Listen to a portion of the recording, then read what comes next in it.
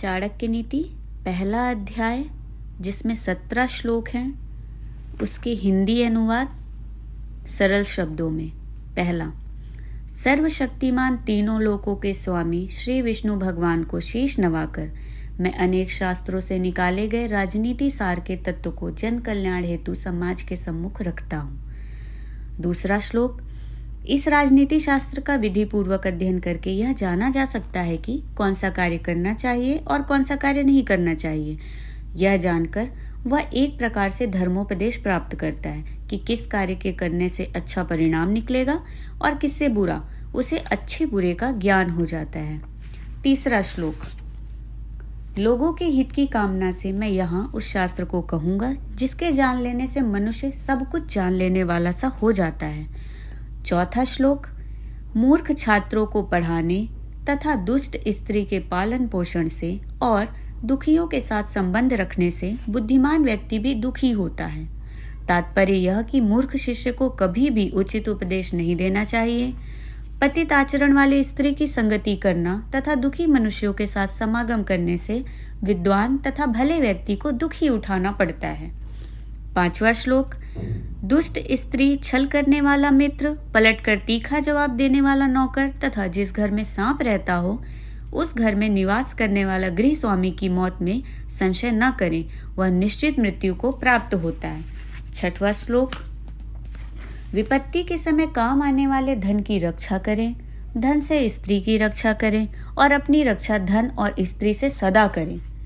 सातवां श्लोक, आपत्ति से बचने के लिए धन की रक्षा करें क्योंकि पता नहीं कब आपदा आ जाए। लक्ष्मी तो चंचल है, संचय किया गया धन कभी भी नष्ट हो सकता है। आठवां श्लोक, जिस देश में सम्मान नहीं, आजीविका के साधन नहीं, बंधु बांधव अर्थात परिवार नहीं और विद्या प्राप्त करने के साधन नहीं, वहाँ कभी नहीं रहना चाहिए। नौवां श्लोक, जहाँ धनी, वैदिक ब्राह्मण, राजा, नदी और वैद्य ये 5 ना हो, वहाँ एक दिन भी नहीं रहना चाहिए। भावार्थ यह कि जिस जगह पर इन 5 का अभाव हो वहाँ मनुष्य को एक दिन भी नहीं ठहरना चाहिए। 10वां श्लोक, जहाँ जीविका, भय, लज्जा, चतुराई और त्याग की भावना ये 5 न हो, वहाँ के लोगों का साथ कभी ना करें। 11वां श्लोक, नौकरों को बाहर भेजने पर भाई बंधुओं को संकट के समय तथा दोस्त को विपत्ति में और अपनी स्त्री को धन के नष्ट हो जाने पर परखना चाहिए, अर्थात उनकी परीक्षा करनी चाहिए। 12वां श्लोक, बीमारी में, विपत्ति काल में, अकाल के समय, दुश्मनों से दुख पाने या आक्रमण होने पर, राज दरबार में और शमशान भूमि में जो साथ रहता है वही सच्चा भाई अथवा बंधु है।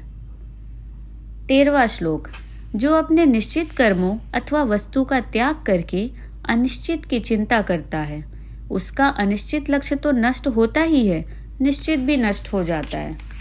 14वां श्लोक, बुद्धिहीन व्यक्ति को अच्छे कुल में जन्म लेने वाली कुरूप कन्या से भी विवाह कर लेना चाहिए, परंतु अच्छे रूप वाली नीच कुल की कन्या से विवाह नहीं करना चाहिए क्योंकि विवाह संबंध समान कुल में ही श्रेष्ठ होता है। 15वां श्लोक, लंबे नाखून वाले हिंसक पशुओं, नदियों, बड़े बड़े सींग वाले पशुओं, शस्त्रधारियों, स्त्रियों और राज परिवारों का कभी विश्वास नहीं करना चाहिए।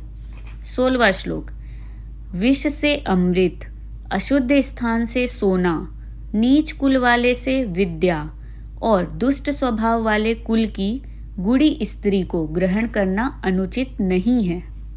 17वां श्लोक, पुरुषों की अपेक्षा स्त्रियों का भोजन दुगुना, लज्जा 4 गुनी, साहस 6 गुना और काम मतलब रति की इच्छा 8 गुना अधिक होता है।